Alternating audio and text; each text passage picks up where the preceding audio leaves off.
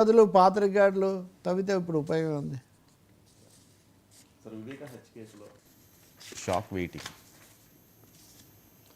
ఇది కూడా waiting, shock waiting అంటే షాక్ రాబోతుందేమో అని ఒక సందేహం కలుగుతుంది. ఎందుకంటే ఈరోజు ఇతర మీడియాలో కూడా రాశారు, నేషనల్గా కూడా, ఇప్పటికే ఒక ఎంపీ అరెస్ట్ అయిన పరిస్థితుల్లో ఇంకో ఎంపీని సుప్రీంకోర్టు ఏం చేస్తుంది అని. అవినాష్ రెడ్డికి బెయిల్ మీద ఉన్నాడు ఆయన. ఈ బెయిల్ రద్దు చేయాలని వివేకానంద రెడ్డి కుమార్తె డాక్టర్ సునీత వేసిన కేసు సుప్రీంకోర్టు ముందుకు వచ్చింది. మీకు తెలుసు, కొద్ది రోజుల కిందట కూడా మనం చర్చించాము, పత్రికలో పతాక శీర్షికలో ఇచ్చారు. సిబిఐ అసలు పట్టించుకోవడం లేదు, సిబిఐ వదిలేసింది.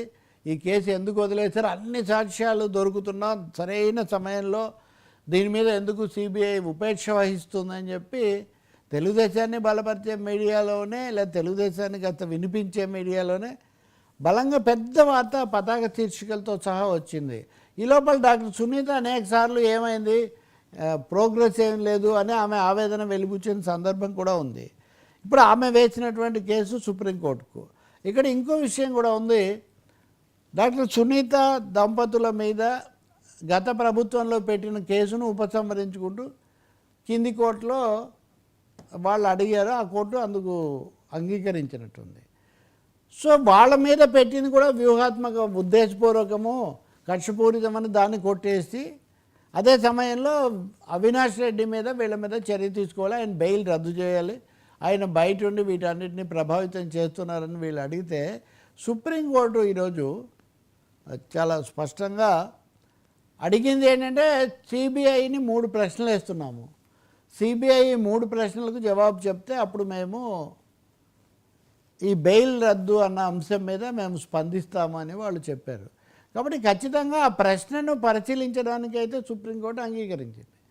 సో సుప్రీంకోర్టు ముందు అవినాష్ బెయిల్ రద్దు అనే అంశం, ఈయనకు తోడు ఆయన కూడా ఉన్నది 4 ఎంపీలు, ఈయన కూడా కటకటాల వెనక్కు లేదా దీంట్లోకి కనుక జైలుకు వెళ్ళేటైతే తప్పకుండా వైసీపీకి, అందులో కడప జిల్లా, కడప ఎంపీ, ఆ తీవ్రమైన రాజకీయంగా ఎదురు దెబ్బ అవుతుంది. వాళ్ళు అడిగారు, మీరు ఎందుకు దీని మీద ఉపేక్ష వహిస్తున్నారు, కావాలని మీరు జాగు చేస్తున్నారనే అంశంలో ఏమైనా నిజం ఉందా లేదా మాకు చెప్పండి అని వాళ్ళు అడిగారు. కాబట్టి సుప్రీంకోర్టు ఆ స్థాయిలో అడగటం అంటే అది తప్పకుండా తీవ్రమైందే కదా. ఆ తర్వాత దీనికి కొంచెం సమయం ఇచ్చారు, కానీ ఈ ప్రశ్నలు వచ్చాక మేము జవాబులు వచ్చాక చెప్తామన్నారు. కానీ సుప్రీంకోర్టు సందేహాస్పద స్థితిలో పడింది. ఇది తప్పకుండా ఏమనాలి, ఆందోళన కలిగించే విషయమే వైసీపీకి. సిబిఐ ఎందుకు మౌనం వహిస్తుంది అన్న ప్రశ్నకు కూడా జవాబు లేదు. ప్రభుత్వం మారి 7 ఏళ్ళు అయింది కదా.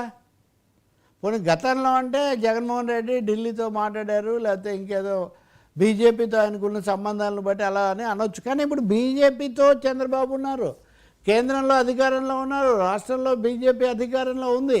ఇన్ని జరిగిన తర్వాత కూడా సిబిఐ ఎందుకు కదలడం లేదు అంటే 2 కారణాలు ఉండాలి. ఒకటి, వాళ్ళ దగ్గర బలమైన సాక్ష్యాధారాలు, ముందుకు వెళ్ళే ప్రొసీడ్ అయ్యే అంశం లేకుండా ఉండాలి, లేదా రాజకీయంగా వాళ్లకు దీని మీద ఆసక్తి లేదనైనా భావించాలి. ఈ రెండిట్లో ఏదో మీరే చెప్పండి అని సుప్రీంకోర్టు అడుగుతుంది. సో ఒక విధంగా ఇందాక చెప్పిన వార్తలు లాంటివి, ప్రజల్లో ఉన్న విమర్శలు అనే వాటిని సుప్రీంకోర్టు కూడా పరిశీలనకు స్వీకరించింది. ఒకటి, అవినాష్ రెడ్డి బెయిల్ రద్దు చేయటం అన్నది ఆయన అరెస్టు వ్యక్తిగతమైంది, దాంతోనే కేసు ముగిసిపోతుందని కూడా మనం చెప్పలేం. దర్యాప్తు ఆ తర్వాత కూడా కొనసాగవచ్చు, బట్ ఒక నెగిటివ్ డెవలప్మెంట్ అవుతుంది వైసీపీకి సంబంధించినంతవరకు, జగన్కు పర్సనల్గా. సీరియస్